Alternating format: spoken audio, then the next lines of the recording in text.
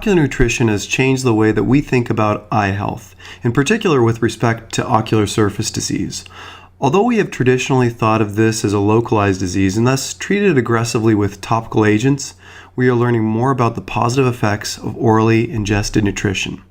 Although there are a number of nutrients that may help with dry eye, the one that seems to get the most attention are those containing essential fatty acids.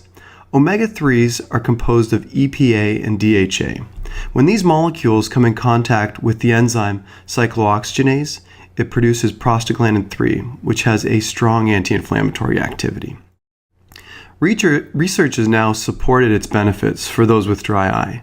Most recently, Dr. Sean McQueenie was the principal investigator for the Ocular Nutrition Impact on Tear Film clinical study, commonly referred to as the ONIT trial. The study looked at the effects of ocular nutrition on dry eye over an 8-week period and found significant improvements in both signs and symptoms of dry eye over baseline measurements.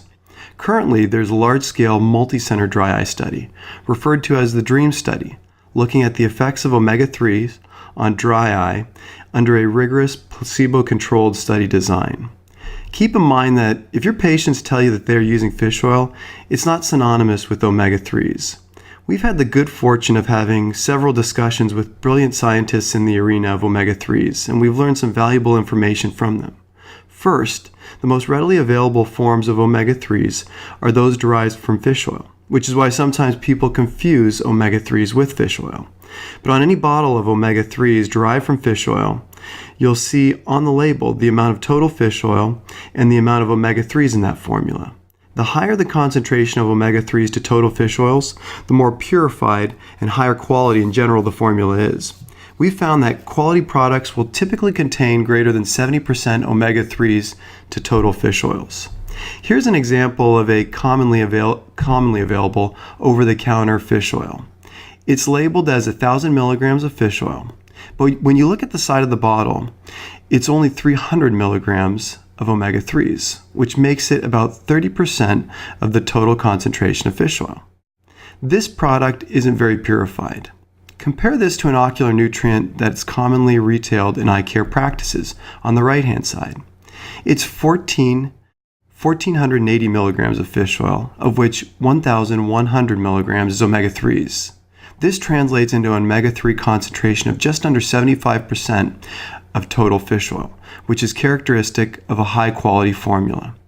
The additional benefits of providing ocular nutrition in your practice is that you know exactly what your patients are using. We've seen remarkable results when patients take ocular nutrition containing omega-3s regularly with a meal. We regularly monitor matrix metalloproteinase levels on dry eye patients, a well-accepted marker of inflammation. We found remarkable reductions of MMP9 levels in these individuals utilizing ocular nutrition for dry eye, a practical testament to their efficacy. Remember that ocular nutrition can be used as first-line or as supplemental to topical therapy for dry eye. Essential fatty acids, specifically omega-3s, have potent anti-inflammatory activity through the production of prostaglandin 3. Remember that there are significant differences in the quality of ocular nutrition formulas, and for ocular surface disease, regular use can measurably decrease inflammation. Keeping these things in mind will help improve patient outcomes with your dry eye patients, which is ultimately why we do what we do. We hope that this has been clinically insightful.